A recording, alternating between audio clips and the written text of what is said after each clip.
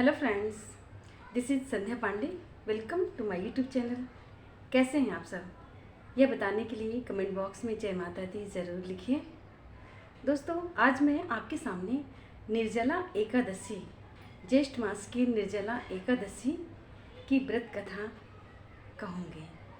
तो आइए बिना देर किए हुए शुरू करते हैं ज्येष्ठ मास की यह निर्जला एकादशी की व्रत कथा। और व्रत कथा शुरू करने से पहले मैं आपको बताना चाहूँगी कि यह जो ज्येष्ठ मास की एकादशी है, यह सर्वश्रेष्ठ एकादशी है और यह तिथि जो है भगवान विष्णु को समर्पित है। विष्णु भगवान और श्री माता लक्ष्मी जी की कृपा अगर प्राप्त करना है तो इस एकादशी का व्रत जरूर करना चाहिए। यह थोड़ा सा कठिन है, किंतु अगर तप करके, प्रयास करके और कठिनाई को सह के, तपस्या करके अगर यह व्रत हम कर लेते हैं तो हमें साल की जो 24 एकादशी होती हैं उनके व्रत करने का पुण्यफल मिल जाता है और से हमारे जन्म जन्मांतर में किए गए पाप भी नष्ट होते हैं। बहुत ही पावन और सर्वश्रेष्ठ एकादशी है यह।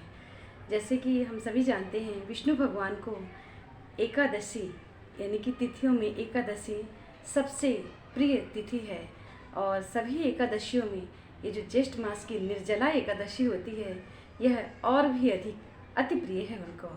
तो जो भी साधक, जो भी व्रती इस व्रत को भलीभांति रूप से करते हैं, निश्चित रूप से उनके जन्म जन्मांतर के पाप नष्ट हो जाते हैं और से मरने के बाद उन्हें स्वर्गलोक की प्राप्ति होती है।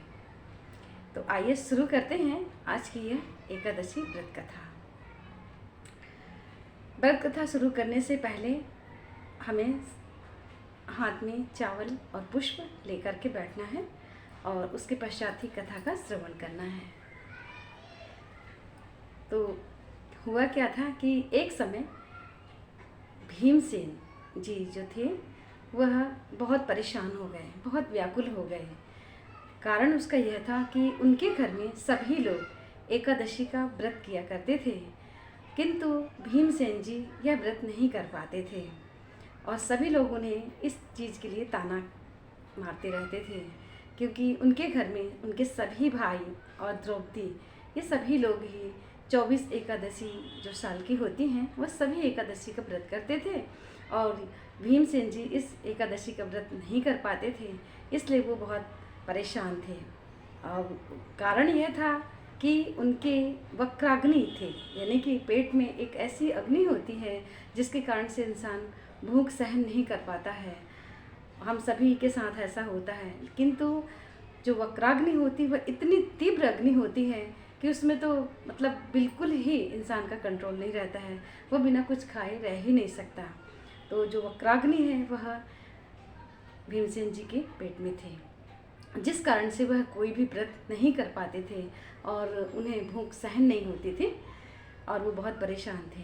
तो इस समस्या से निपटने के लिए उन्होंने श्री वेदव्यास जी से इसका हल पूछा कि हे वेदव्यास जी गुरुजी, मैं एकादशी का व्रत नहीं कर सकता हूँ। विष्णु भगवान की कृपा प्राप्त करने के लिए, उनके खुशी के लिए मैं कोई भी कार्य करने को तैयार हूँ, किंतु मैं व्रत नहीं कर सकता क्योंकि मैं भूखा रह ही नहीं सकता हूँ। भूख मुझसे बर्दाश्त नहीं होती है। मेरे पेट में वक्राग्नि नाम की अग्नि है, जिसके कारण से वक्र नाम की अग्नि है, जिसके कारण से भूख मैं सहन ही नहीं कर सकता हूँ। और मुझे आप कोई ऐसा उपाय बताइए कि मैं एकादशी का व्रत कर सकूं, क्योंकि हमारे यहाँ सभी लोग एकादशी का व्रत करते हैं और मैं यह भी जानता हूँ कि एकादशी का व्रत करने से इंसान को, जीव को मोक्ष की प्राप्ति होती है और मैं भी चाहता हूँ कि मेरे सारे पापों से मुझे निवृत्ति मिले, मुक्ति मिले और अंत में मुझे स्वर्गलोक मिले। तो आप बताइए कि मैं ऐसा क्या उपाय करूं कि मुझे भी एकादशी के व्रत का पुण्य फल मिल जाए। तब श्री वेदव्यास जी ने उनसे कहा कि हे वत्स, साल की 24 एकादशी आती हैं जो कि सभी पुण्यदायिनी हैं और श्री हरि विष्णु को समर्पित हैं और उनको बहुत प्रिय हैं। तो अगर तुम यह कोई भी एकादशी का व्रत नहीं कर पा रहे हो जैसे कि पक्ष में यानी शुक्ल पक्ष में और कृष्ण पक्ष में 2 एकादशी आती हैं। साल भर की मिलाकर के 24 एकादशी होती हैं। तो इन सभी तिथियों में एकादशी का अगर आप व्रत नहीं कर सकते हैं तो सिर्फ एक एकादशी निर्जला एकादशी है ज्येष्ठ मास के शुक्ल पक्ष के, तो आप इसका व्रत करिए।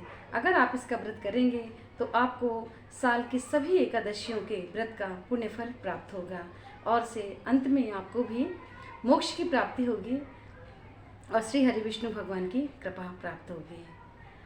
जब श्री वेदव्यास जी ने यह उन्हें उनके समस्या का हल बताया, उनके प्रश्न का उत्तर दिया, तब भीमसेन भगवान बहुत ज़्यादा प्रसन्न हुए और उन्होंने निश्चय किया कि मैं भी इस व्रत को करूँगा।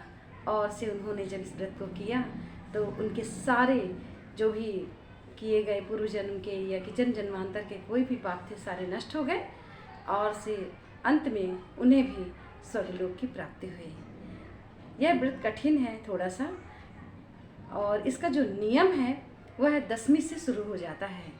10वीं तिथि की जो शाम होती है उस शाम से ही व्रती को भोजन नहीं करना होता है।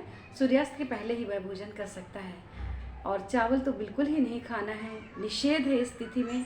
जैसे कि इस तिथि का नाम ही है निर्जला, तो इसमें ना ही अनाज खा सकते हैं ना ही कोई फल खा सकते हैं, यहाँ तक कि जल की एक बूंद भी ग्रहण नहीं करना है। कठिन है व्रत और इसके बाद पूरा दिन और पूरी रात जल का एक बूंद पिए बिना ही व्रती को व्रत करना होता है। और सुबह के समय जब हरिवासर तिथि होती है उस तिथि के समाप्त हो जाने के बाद ही व्रती को पारण करना है और पारण करने से पहले उसे जल का दान करना है, क्योंकि यह जो एकादशी है वह निर्जला है।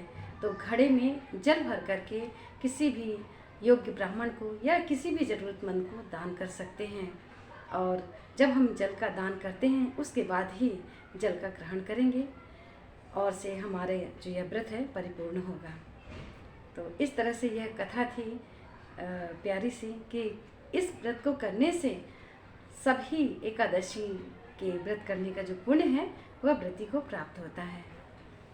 तो आपको कैसी लगी यह जानकारी मैसेज करके कमेंट करके मुझे ज़रूर बताइएगा। आपके कमेंट का इंतजार रहेगा। इसके अलावा आपको और कौन सी जानकारी चाहिए वह भी आप कमेंट करके बता सकते हैं, मैं उत्तर दूंगी उसका। Thank you so much everyone for watching my video. और अगर आप मेरे चैनल में पहली बार आए हैं तो please subscribe it and share ज़्यादा से ज़्यादा करिए ताकि यह जानकारी आपके अन्य लोगों तक भी पहुँचे, आपके मित्रों तक पहुँचे, आपके सभी रिश्तेदारों तक पहुँचे।